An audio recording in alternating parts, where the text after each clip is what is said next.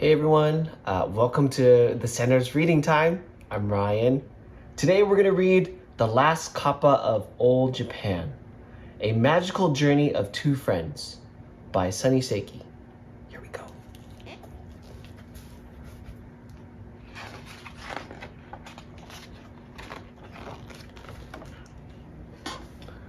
Our story begins in old Japan, just before the time of electricity. In the peaceful countryside, a green land with clean, clear streams, there lived a boy named Norihei. His family had been farmers for many generations.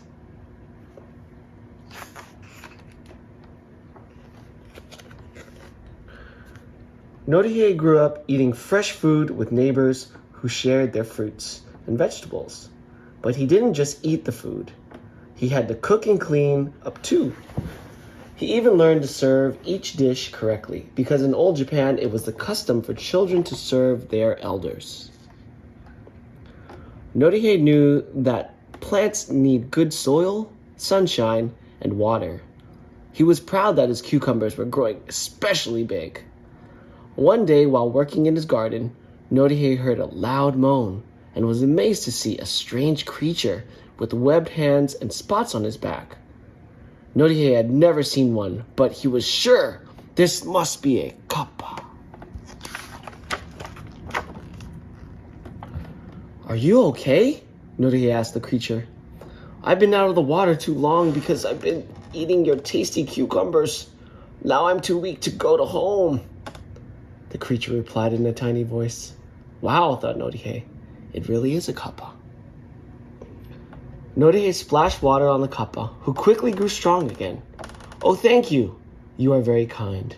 I will be forever grateful to you for saving my life." Norihei had heard that kappas were troublemakers, but he liked this one, so he gave him some cucumbers to take home.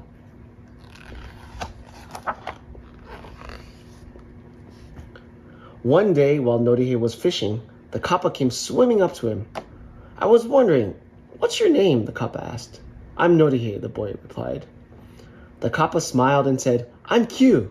Follow me and I'll show you where to catch the biggest fish." Q taught Norihei a new way to swim, and Norihei showed Q how to sumo wrestle. They quickly became good friends and gave each other nicknames, Q-chan and Noribo.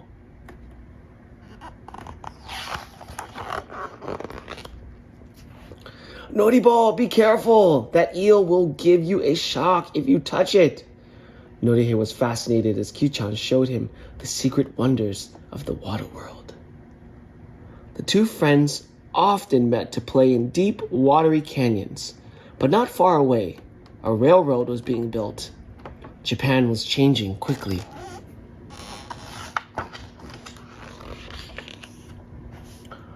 One afternoon, two railroad workers saw Q-chan and Norihei skipping stones. They whispered slyly, "We should catch that kappa. We can sell it to the aquarium, or maybe the circus." Norihei saw them coming. "Run, Q-chan! They're trying to catch you!" "Don't worry, Noribo. When I reach water, I can use magic to escape." "Hurry! There is a well right over there," Norihei said. Q-chan was puzzled. "Why are they trying to catch me? I didn't do anything wrong." Just in time, Q-chan jumped headfirst into the well. Splash! The men peered inside, but all they saw were ripples. "We missed him. He got away." A few days later, Q-chan told Noribo some sad news. "Noribo, my family says we have to move. Our job is to keep the water clean, but this area is getting dangerous. My parents are worried, but before I go, I want to give you this crystal necklace. It's shaped like a water drop. If you ever need help with water, drop this into a stream and call me." After that day, Norihei would not see his friend for a very long time. 20 years had passed, and the once peaceful countryside was now a busy town with electricity and big factories.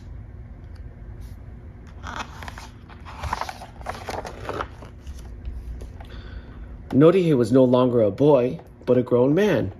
He had a wife named Hana, a baby girl named Kaya, and a dog named Maru. Norihei still lived in the same house, but the front part was now a restaurant. Norihei's restaurant was very busy. He was a good chef, and people liked his fresh new recipes. And Hana was a hard-working manager.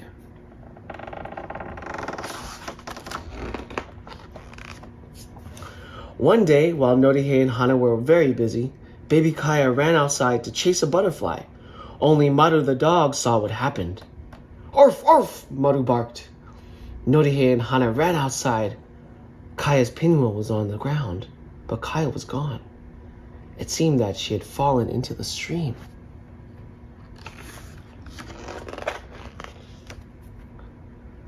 Norihei and Hana ran frantically through the streets, asking everyone if they had seen a baby.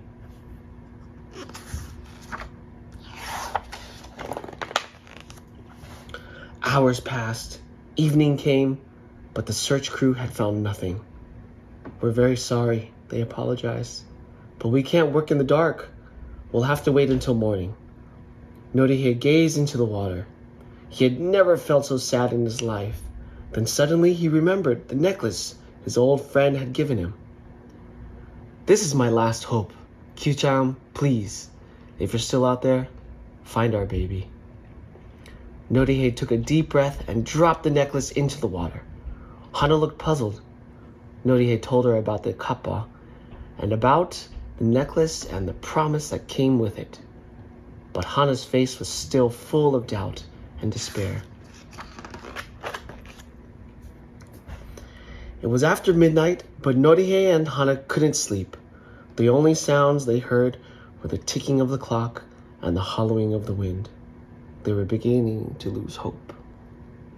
Suddenly, Maru leaped up and barked. Someone was knocking at the door. Norihei and Hana looked at each other. Who could it be? "Q-chan, is that really you?" Norihei shouted. It was the Kappa. He was much older, and he was carrying a baby. "My baby!" cried Hana. She and Norihei were overjoyed. "Sorry for the delay," Q-chan said as he stumbled in. "I had to come at night so I wouldn't be seen. I searched everywhere to find your daughter, and I kept my promise." "Thank you," said Norihei. The two friends hugged, crying tears of joy. "How have you been, Noribo?" "I'm fine, Q-chan. But you have some cuts and bruises. Let me clean them for you." Norihei said, "When you first came in, I thought I was seeing your father. Yes, I do look a lot older. That happens to Kappas when the environment is not right. The rest of my family have all died. I'm the last Kappa alive."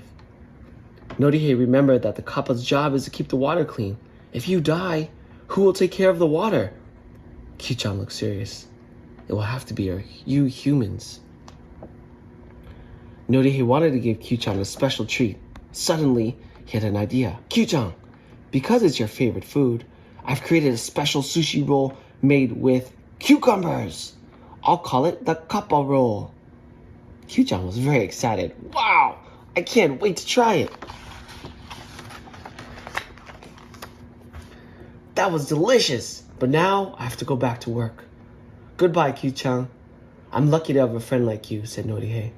Hana packed some Kappa rolls in a box and said, "Take this with you. We want you to live for centuries." Q-chan replied, "And I want you to keep making Kappa rolls for centuries too." Everyone laughed as they waved goodbye. From that day, the Kappa roll became a popular dish at Norihei's restaurant, and today it is enjoyed throughout Japan. But most people don't realize that inside every Kappa roll is wrapped the friendship of two special friends who chose to save each other. The end.